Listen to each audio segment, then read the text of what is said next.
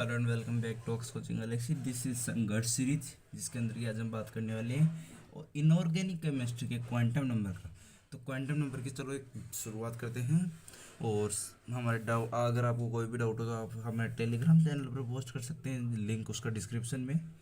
तो let's start it. Our today's topic is quantum number.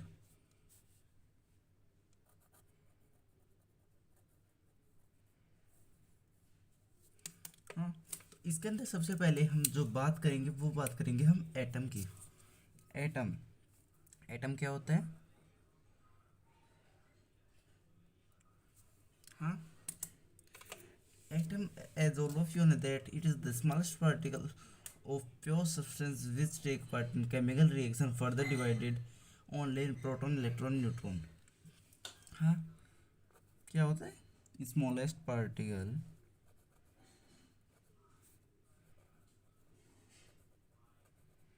Smallest particle of pure substance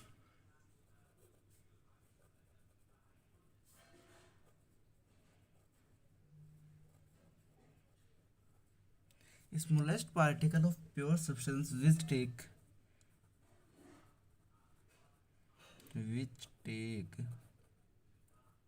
part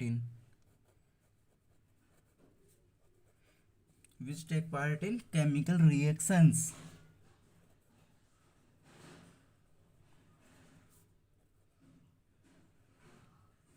ये chemical reaction के अंदर participate करता है। और ये एटम जो है वो किस किस के अंदर डिवाइड होते हैं? प्रोटॉन, इलेक्ट्रॉन और थर्ड है न्यूट्रॉन। इनको हम क्या बोलते हैं? इनको हम बोलते हैं fundamental particles.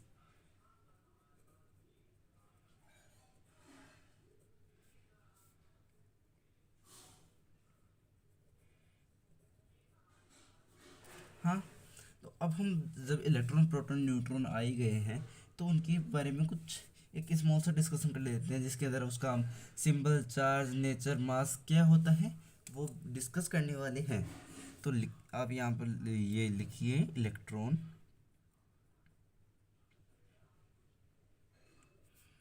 Proton and the third one is neutron. हाँ, यहाँ पर सबसे पहले हम इसके सिंबल की बात करेंगे।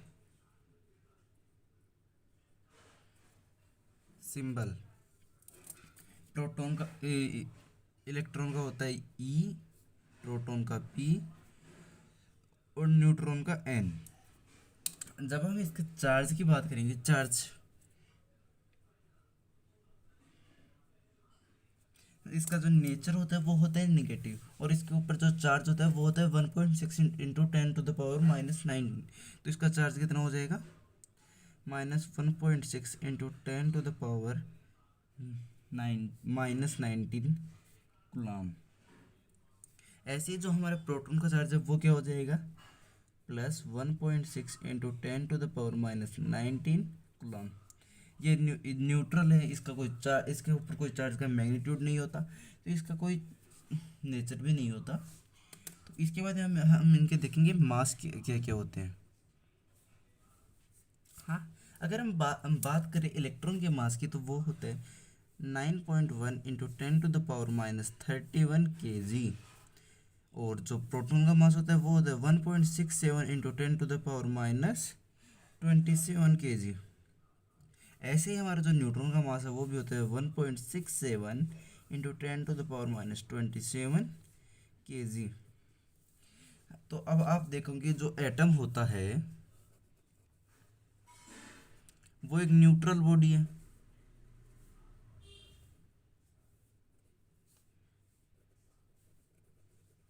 न्यूट्रल बॉडी तो है, न्यूट्रल है। ये न्यूट्रल है तो इसका मतलब क्या है कि यहाँ पर जो हमारा पॉजिटिव चार्ज है वो किसके बराबर है? नेगेटिव चार्ज के। हाँ, आई होप आपको ये क्लियर होगा। हाँ, तो इसके अंदर क्या होता है, नंबर ऑफ प्रोटॉन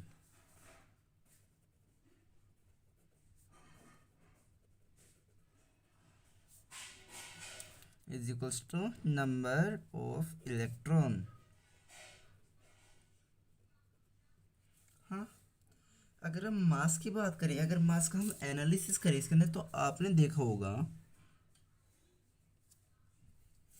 कि जो प्रोटॉन और न्यूट्रॉन का मास है वो सिमिलर है। ये आगे जाके 5 और ये ऐसे 4 में अलग अलग होते हैं, उसकी मतलब बात नहीं करेंगे, लेकिन ये जस्ट सिमिलर है, ये सिमिलर का साइन है। लेकिन ये मच ग्रेटर देन है इलेक्ट्रॉन। ये देखो -31 है, ये -27 है, there is a big difference in them. हाँ, तो ये होता है। तो इसके बारे में अब हम इम्पोर्टेंट पॉइंट्स लिखते हैं।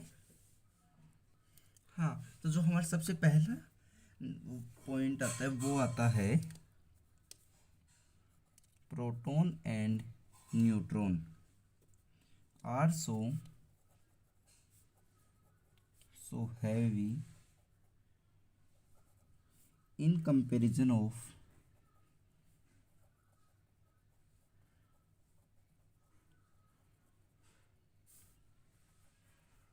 इलेक्ट्रॉन। हाँ, देन मूवमेंट ऑफ एज, ये हम सभी को पता है कि जो लाइटर थिंग्स है वो इजीली ट्रेवल कर लेती हैं हैवियर थिंग्स के कंपैरिजन में।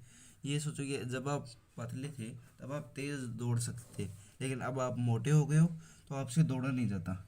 So movement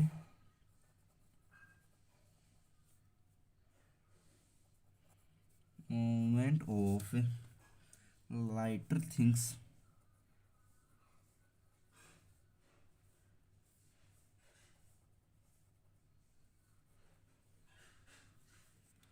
are very higher than are very higher in comparison of heavier thing, are very higher in comparison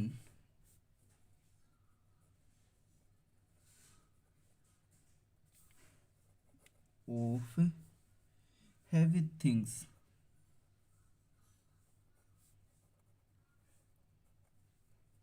हाँ, तो अगला पॉइंट जो आता है हमारा कि जो इलेक्ट्रॉन, और अगर इलेक्ट्रॉन्स लाइट है तो वो उसके जो हमारा एटम का न्यूक्लियस है जिसके अंदर प्रोटॉन और न्यूट्रॉन होते हैं, वो उसके अवोल्व रिवोल्यूशन करेंगे, मतलब उसको तरफ चक्कर काटेंगे, जहाँ पर यहाँ पर कि प्रोटॉन और न्यूट्रॉन जो कि जिनका मास के ज़्यादा है तो वो अपनी जगह पर स्टेबल रहेंगे। तो पॉइंट क्या आ जाएगा, इलेक्ट्रॉन आर मूवेबल हैं, electron are movable while proton and neutron जो कि न्यूक्लियस के अंदर होते हैं, while proton and neutron are not movable. I hope आपको ये पॉइंट अच्छे से क्लियर होगा।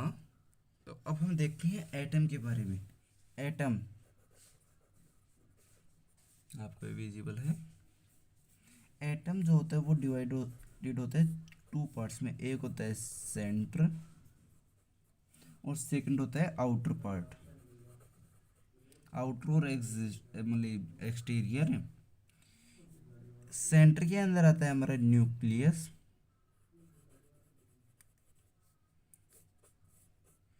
और आउटर के अंदर आता है हमारा मूवेबल इलेक्ट्रॉन।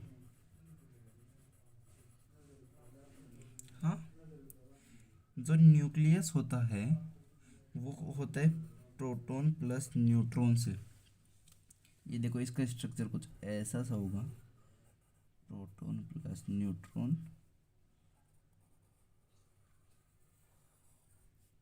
और यहाँ पर क्या होगा, हमारा इलेक्ट्रॉन रिवॉल्व कर रहा होगा। हाँ, तो और इम्पोर्टेंट पॉइंट्स भी इसके रिलेटेड हम लिखते हैं। हाँ, तो पॉइंट्स क्या हैं space in 3D where finding of probability electron is more. ये देखो न्यूक्लियस में तो होगा नहीं, ये स्पेस में मतलब जो ये स्पेरिकल होते हैं स्पेस के अंदर, इनको फाइंड करने की हमारी प्रोबेबिलिटी जहाँ पर सबसे ज़्यादा होती है उनको हम कहते हैं orbitals. Space in 3D where finding probability of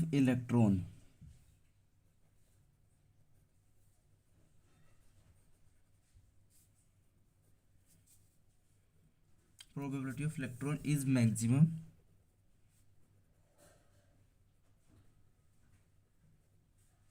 called orbitals। हाँ, और electron revolves around nucleus in circular path is called orbit. ये आपको क्लियर होगा। Electron revolves around nucleus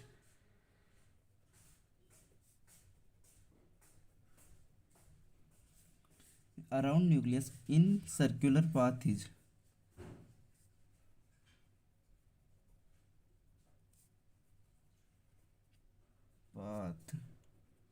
is called orbit। ये जो होते हैं वो होते हैं ऑर्बिट।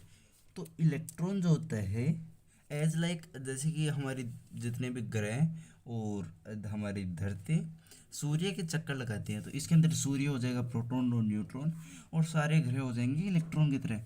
इलेक्ट्रॉन इसके तो चक्कर लगाता है ये, और अपने खुद के मतलब यहाँ पर खुद की जगह पर वो रिवॉल्व करता है on its axis. Electron also revolves on its axis। हाँ, तो अगर अब ये रिवोल्यूशन करेगा तो इलेक्ट्रॉन ऐसे चार्ज स्पीसीज है, तो due to rotation charge of इसके कारण ये मैग्नेटिक फील्ड प्रोड्यूस होगा। क्या देखा था हमने ये देखा था कि जब electron is charge species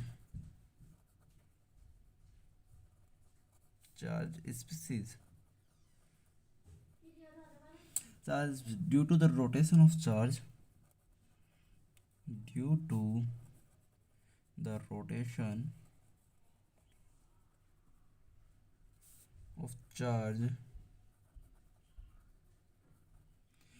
rotation of charge magnetic field is produced।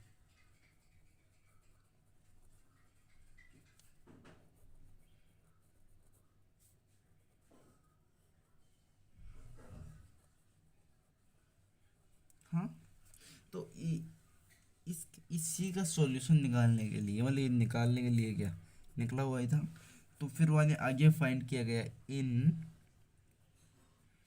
N orbital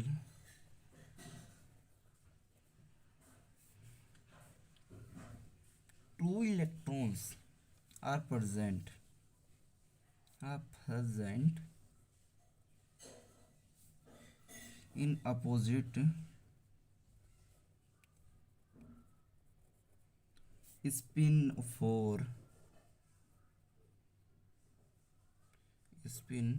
for cancelling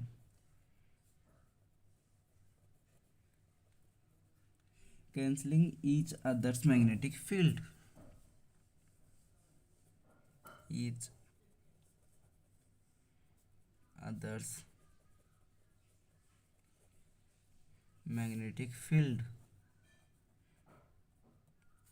अगर ऐसा नहीं होता ना तो ये हर चीज़ क्योंकि इलेक्ट्रॉन हर जगह पर होते हैं, ये सारे क्या होते हैं, ये मैग्नेटिक सब्सटेंसेस होते हैं। अब देखो ये होता है, अगर एक इस स्पिन में है तो ये ऊपर की ओर इसके अंदर चार्ज होगा, और अगर दूसरा अपोजिट में है तो ये नीचे की ओर होगा। ऊपर और नीचे एकदम परपेंडिकुलर, ये आपस में एकदम है अपोजिट हैं, तो ये आपस में एक दूसरे को कैंसिल करते रहेंगे। तो अब देखते हैं ऑर्बिट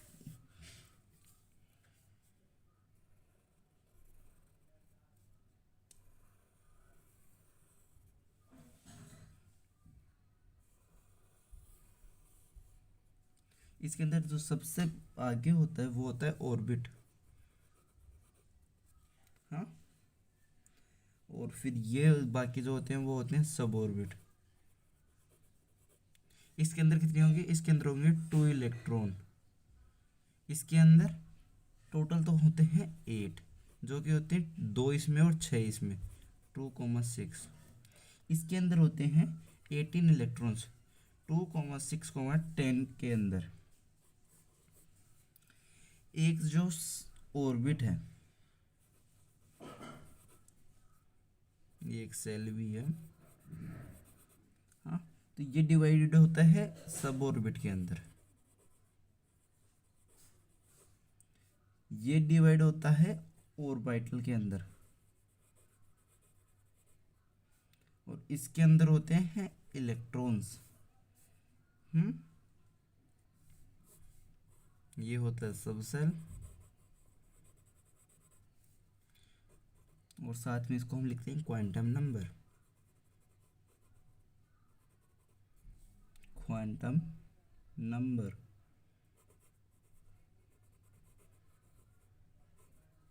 हाँ, तो अब तक हमने एक बेसिक सा डिस्कशन किया था।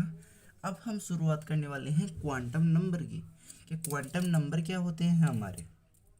तो सभी हेडिंग्स डाल लीजिए। अब हम बात करेंगे क्वांटम नंबर्स। हेडिंग्स डाल के आपको हेडिंग्स क्या डालनी है? Quantum number.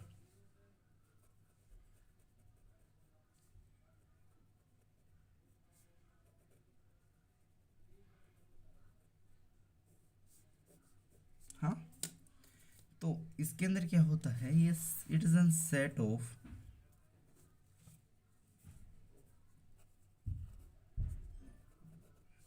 Four, it is a set of 4 numbers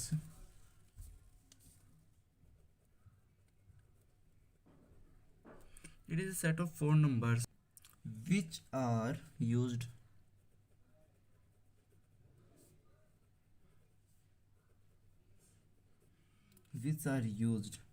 to explain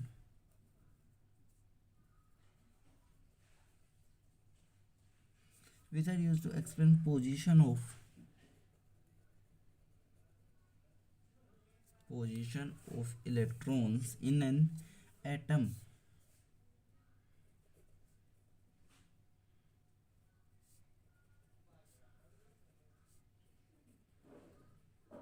atom के अंदर बताते, लेकिन ये जो बताते हैं वो एग्जैक्ट नहीं होते हैं। तो इसका एक एक्सप्लेनेशन कि जब आप ऑर्बिट के अंदर जाओगे, when you enters orbit you will find shell.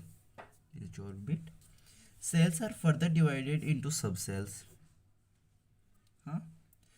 And subcells are divided into orbitals, and orbital contains electron in opposite spin. ये आपको इसका एक, अगर कोई पूछे ये क्या है तो आपको ये एक डेफिनेशन बतानी है कि when you enters in an atom you find cell are further divided into subshell, and subshell are divided into orbitals, and orbital contains electrons in opposite spin. तो इसके बाद हमारे आते हैं टोटल कितने, जो हमारे क्वांटम नंबर आते हैं वो आते हैं 4 क्वांटम नंबर, जिसके अंदर सबसे पहले आता है प्रिंसिपल क्वांटम नंबर, फिर एजीमुथल क्वांटम नंबर, फिर मैग्नेटिक क्वांटम नंबर, और फिर स्पिन क्वांटम नंबर। कितने होते हैं? 4 क्वांटम नंबर।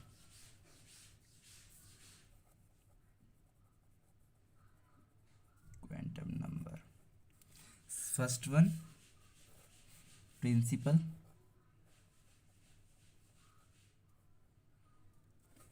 प्रिंसिपल PLE वाले, PAL नहीं। हाँ, तो ये याद रखना, सॉरी गाइज, ये PAL है, PLE नहीं है, PAL, प्रिंसिपल क्वांटम नंबर, जिसको कि हम रिप्रेजेंट करते हैं N से। ये क्या होती है? ये होते हैं हमारे सेल्स। सेकंड आता है एजीमुथल,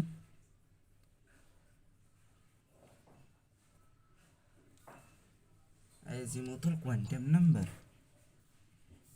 इसको हम रिप्रेजेंट करते हैं एल से। ये इसके अंदर होते हैं सब सेल। थर्ड वन आता है मैग्नेटिक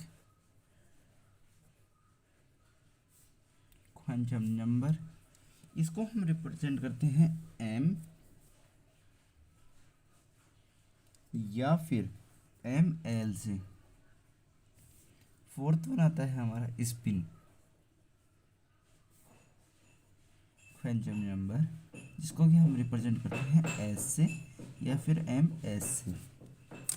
तो बाकी सबको स्टार्ट ना करते हुए आज हम शुरुआत करने वाले हैं प्रिंसिपल क्वांटम नंबर से। कहाँ से? Principle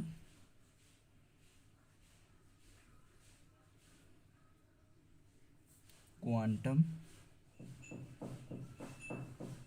number,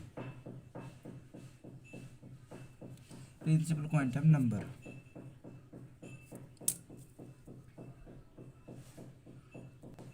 sorry for the inconvenience, मैं ये ध्यान नहीं दिया, मैं आपको दोबारा से बता देता हूँ। 4 क्वांटम नंबर होते हैं जो कि फर्दरली डिवाइडेड होते हैं principal quantum number, azimuthal quantum number, magnetic quantum number और स्पिन क्वांटम नंबर के अंदर।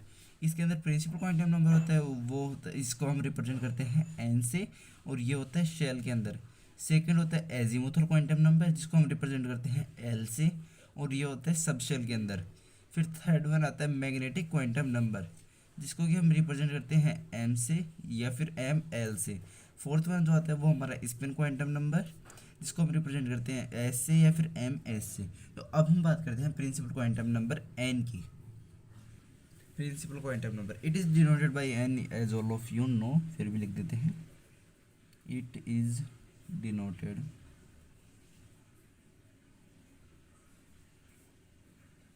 By N. सेकेंड वन क्या है? It represent about shell,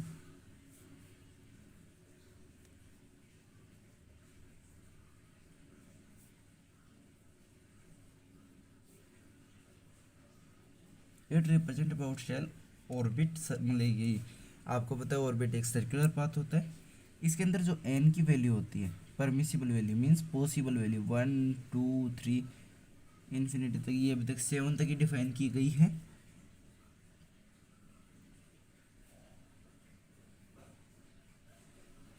permissible value, हाँ। तो ये देखो इसके अंदर ये सेल्स और जो रहती हैं वो कुछ ऐसे ऐसे स्ट्रक्चर रखती हैं। ये एन इज इक्वल्स टू 1 है, ये एन इज इक्वल्स टू 2 है, ये एन इज इक्वल्स टू 3 है, और ये एन इज इक्वल्स टू 4 है।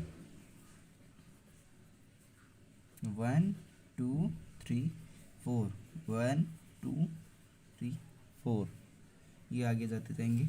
इसको हम रिप्रेजेंट करते हैं एन से, इसको हम रिप्रेजेंट करेंगे के से। ये होता है हमारा एल, ये होता है एम, ये होता है एन। इस एन में और इस एन में अंतर है, ये दोनों अलग अलग रिप्रेजेंट करते हैं। ये एम और ये जो एन और ये के हैं, ये सारे कैपिटल लेटर्स हैं यहाँ पर। तो अब हम बात करते हैं कि number of subshell orbital electron कितने होंगे एक सेल के अंदर। अगर उसके अंदर एक सेल के एलिमेंट्स एन है तो नंबर ऑफ सबसेल, सबसे पहले हम बात करेंगे नंबर ऑफ सबसेल कितने होंगे इन ए सेल। अगर एन है तो एन ही सबसेल्स होंगे। अगर हम बात करें number of orbitals in a cell is equals to N square. अगर हम नंबर ऑफ इलेक्ट्रॉन की बात करें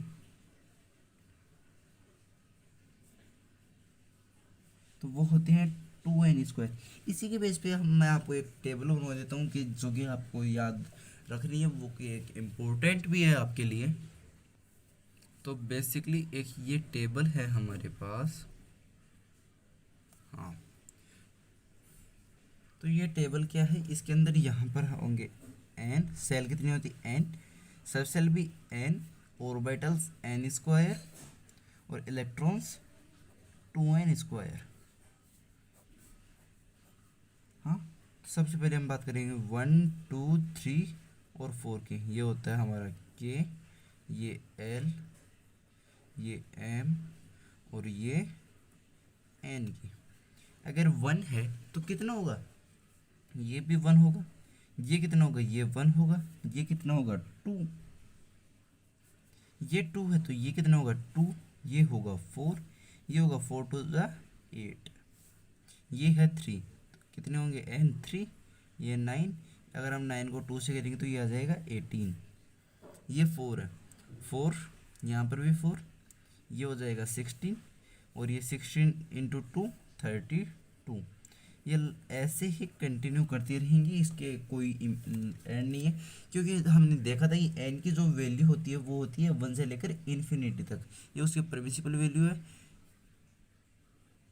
जो कि अभी तक जिसके अंदर की 7 सिर्फ और सिर्फ 7 तक डिफाइन किए गए हैं। इसके आगे भी करते रहेंगे एज पर ज़रूरत पड़ेगी। ये 7 तक इसीलिए डिफाइन है क्योंकि अभी तक किसी को भी फिक्स नहीं पता कि फ्यूचर के अंदर हम कितने और ऑर्बिटल कितने और इलेक्ट्रॉन्स को हम फाइंड कर लेंगे।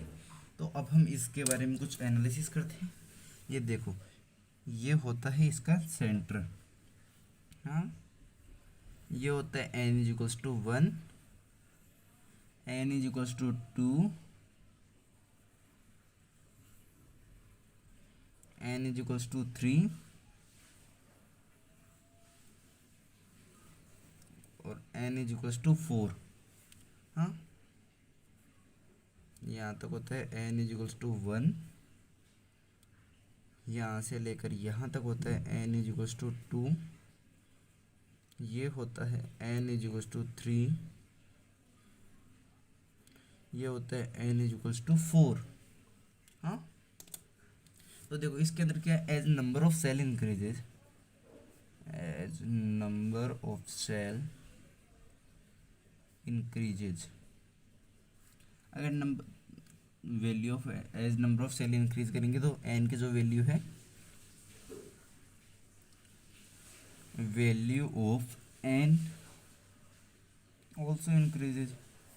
इसके बाद में आता है डिस्टेंस फ्रॉम न्यूक्लियस।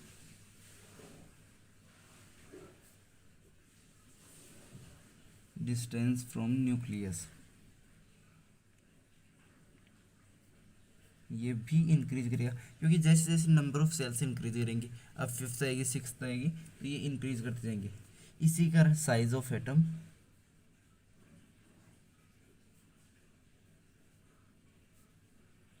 ये भी इंक्रीज करेंगे। हाँ, इसके अंदर आपको पता है principal quantum number n represents in size of atom. तो इसके अंदर एक सीधा सा एनालिसिस क्या है, ये जो साइज ऑफ एटम है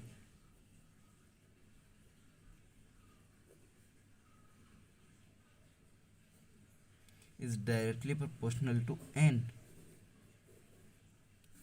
As all of you that attraction force और repulsion force, attraction force होता है उसके अंदर एनर्जी रिलीज होती है, तो एनर्जी अगर रिलीज होगी तो एनर्जी की वैल्यू डिक्रीज होगी और स्टेबिलिटी ज़्यादा होगी। ऐसे रिपल्सन फोर्स के अंदर एनर्जी होती है एब्जॉर्ब, अगर एनर्जी एब्जॉर्ब होगी तो एनर्जी बढ़ जाएगी और स्टेबिलिटी डिक्रीज कर जाएगी। एक इम्पोर्टेंट जो हमारा लास्ट पॉइंट है वो बचा है, वो देख लेते हैं हम। हाँ, तो वो पॉइंट क्या है, principal quantum number also, principal quantum number also explain energy of electron.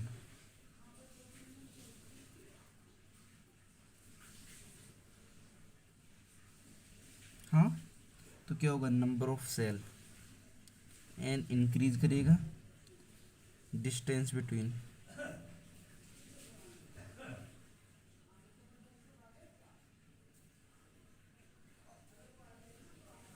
Proton and electron ये भी इंक्रीज करेगा, इनका attraction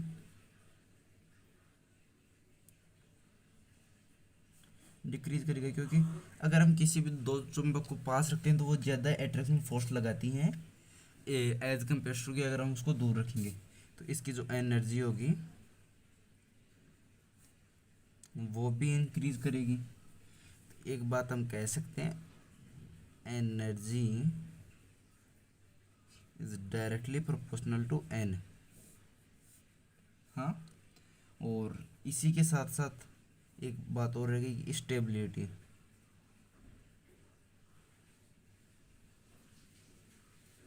of electron decreases.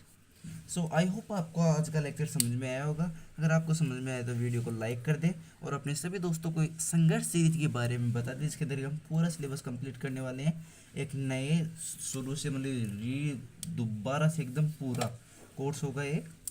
So thanks guys, bye, और लाइक शेयर सब्सक्राइब, बाय।